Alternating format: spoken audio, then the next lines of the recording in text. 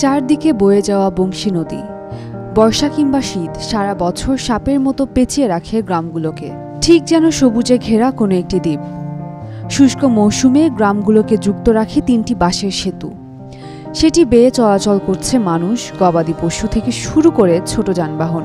বর্ষা মৌসুমে যান্ত্রিক নৌকা আর ট্রলার যোগাযোগের একমাত্র ভরসা। সে সময় স্রোত আর বৃষ্টি কঠিন করে তোলে গ্রামের জীবনযাত্রা। দীর্ঘদিন ধরে সেতু নির্মাণের দাবি থাকলেও গুরুত্বপূর্ণ এই স্থানটি বরাবরই জনপ্রতিনিধিদের চোখ এড়িয়ে গেছে। ফলে দীর্ঘ শ্বাস ফেলা ছাড়া যেন গত্যন্তর নেই স্থানীয়দের। উপজেলার ধানসোনা ইউনিয়নের ৫টি গ্রামের মানুষের চলাচলের একমাত্র ভরসা এই বাঁশের সেতু। দীর্ঘদিনেও সেতু নির্মিত না হওয়ায় বাঁশের সাঁকোতেই চলছে ঝুঁকি নিয়ে পারাপার। তবে বর্ষা শুরু হওয়ার আগেই ভেঙে গেছে ৩টি বাঁশের সাঁকো। গ্রামগুলোর চারদিকে রয়েছে অসংখ্য শিল্প কারখানা, যেখানে কর্মরত রয়েছে এই গ্রামের অসংখ্য নারী পুরুষ।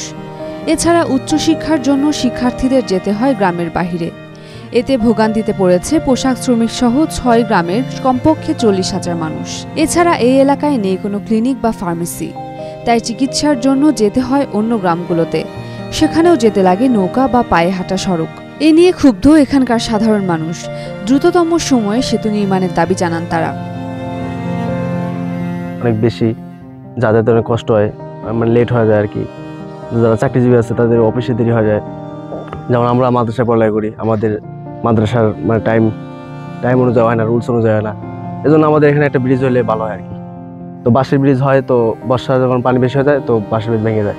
রাত 10টার পরে আপনার খাওয়া বন্ধ হয়ে যায়, নৌকা চালানো বন্ধ হয়ে যায়। তো ওই সময় আমরা কষ্ট করে আর কি আগে ফিরতে হয়। আমাদের স্কুল যাইতে অনেক সমস্যা হয়, স্কুল পার হইতে আমাদের ভয় লাগে এবং অনেক দেরি লাগে এবং স্কুল মিস হয় মাঝে মধ্যে একটা ক্লাস। আর ব্রিজ হইলে অনেক উপকার হইতো। এটাই। কন্ডা থেকে উনাইল নদীর মাঝে রয়েছে দীর্ঘ ১০০ ফুট দৈর্ঘ্যের বাঁশের সাঁকো। সেই সাথে ধামসোনা বাজার থেকে গোপালবাড়ি স্কুল পর্যন্ত রয়েছে প্রায় ২০০ ফিটের সাঁকো। এদিকে গৌরপাড়া থেকে মাইঝাইল পর্যন্ত রয়েছে আরও একটি সাঁকো। গ্রামে রয়েছে একটি স্কুল, কলেজ, ২টি মাদ্রাসা, নেই বাজার ও চিকিৎসা কেন্দ্র। এছাড়া পার্শ্ববর্তী গ্রামগুলোতে যেতে হয় পায়ে হেঁটে কিংবা নৌকায় হয় তাদের শেষ ভরসা। নদীর পাড় ঘেঁষে একসময়ের পায়ে পায়ে গড়ে ওঠা মেঠো পথটি এখনও রয়েছে সেভাবে। তবে গ্রামের ভিতরে সড়কগুলো ইট ও ঢালাইয়ের। প্রতিদিনের চলাচলের জন্য তারা ব্যবহার করেন এই বাঁশের সাঁকো। বাকি সময়টা পার হতে হয় নৌকা ও ট্রলারে। ওপারে থাকা পরিবারগুলো নিজেদের প্রয়োজনে নিজের খরচে তৈরি করে নিয়েছেন এসব সাঁকো। স্থানীয়রা জানান, স্বাধীনতার পর থেকেই বংশী নদীর কমপক্ষে একটি সেতুর আশা ছিল তাদের। স্বপ্ন যেন এখনো অধরা। বিগত সরকারের আমলে একাধিক জনপ্রতিনিধি, প্রশাসন সহ বহুবার স্বপ্ন দেখালেও তা বাস্তবে রূপ নেয়নি। কার্তিক থেকে জ্যৈষ্ঠ এই ৮ মাস নদীর উপর বাঁশের সাঁকো দিয়ে জীবনের ঝুঁকি নিয়ে পারাপার হন তারা। আবার ওই সাঁকো দিয়ে মোটর বাইক ও অটোরিকশা সহ ছোট ছোট যানবাহন চলাচল করে। এ কারণে সাঁকো ভেঙে যে কোনো সময় ঘটতে পারে দুর্ঘটনা।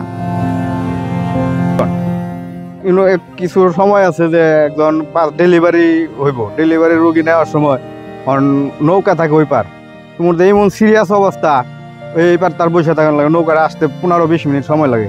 কিন্তু ওই একটা ডেলিভারি রোগী তো 15-20 মিনিট অনেক কিছু তার জন্য হয়। তো এই ব্রিজটা আমাদের বিশেষ প্রয়োজন। আমাদের যাতায়াতের লেগে যে গার্মেন্টসের শ্রমিকরা যাওয়া আসা, স্কুল আছে, কলেজ আছে, এই যে মাদ্রাসা আছে, এখানে অনেক কিছু প্রতিষ্ঠান আছে। কিন্তু আমাদের শুধু একটা ব্রিজ নাই, চারিপাশে এটা রাস্তাঘাট আছে। আমাদের অনেক এলাকা থেকে হচ্ছে এটা সিঙ্গাপুর। তা আসলে কি আমাদের একটা ব্রিজ থাকলে আসলে আমাদের সিঙ্গাপুর হয়, কিন্তু আমাদের ব্রিজটার বিশেষ প্রয়োজন। মানে ব্রিজের লিগে আমাদের ওই যে আইসা সয়েল টেস্ট করে, মাটি টেস্ট করে, যে আমাদের ব্রিজ কাজ আসতেছে, এরকম আমাদের অনেক আশ্বাস দেয়। এমপি আসে এই করে যায়, চেয়ারম্যান আসে, সবাই আমাদের শুধু আশ্বাস দিতে আছে, কিন্তু কোনো কাজ হচ্ছে না। আমাদের সরকারের কাছে একটাই আবেদন যে আমাদের ব্রিজটা যাতে অতি দ্রুত তাড়াতাড়ি হয়, এটা আমাদের চাওয়া। যার কারণে এখন অনেক দুর্ভোগে আছি। কেউ অসুস্থ হলে তাদের ঠিকমতো মেডিকেলে নিয়ে যাইতে পারে না, কেউ প্রেগনেন্সি হইলে অনেক সমস্যা হয়, অসুস্থ হয়। এখানে কলেজ আছে, স্কুল আছে, এখানে মনে করেন যে ছাত্রছাত্রীকে আসতে অনেক কষ্ট হয়।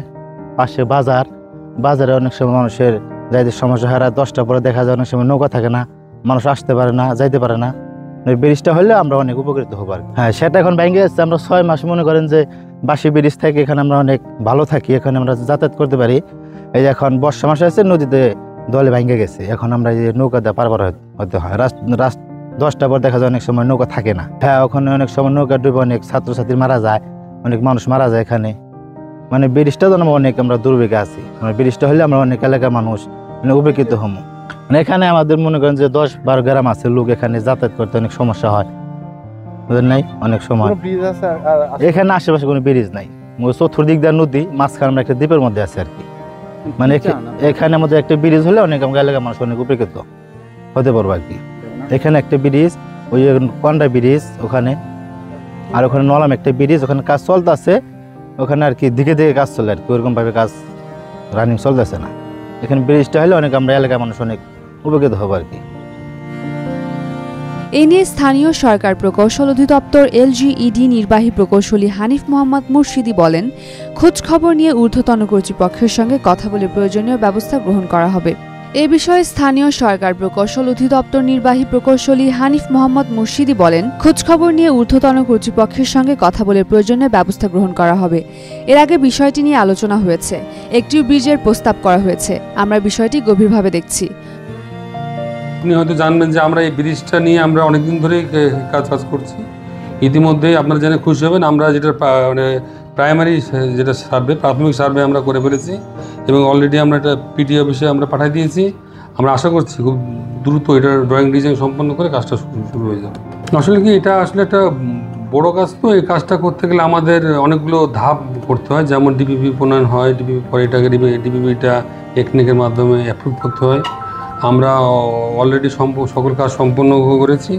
আশা করছি এটা আমরা অচিরেই এটা কাজটা শুরু করতে পারবো।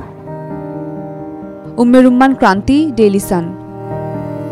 For more updates, follow us on Facebook, subscribe our YouTube channel, get the latest update on www.daily-sun.com.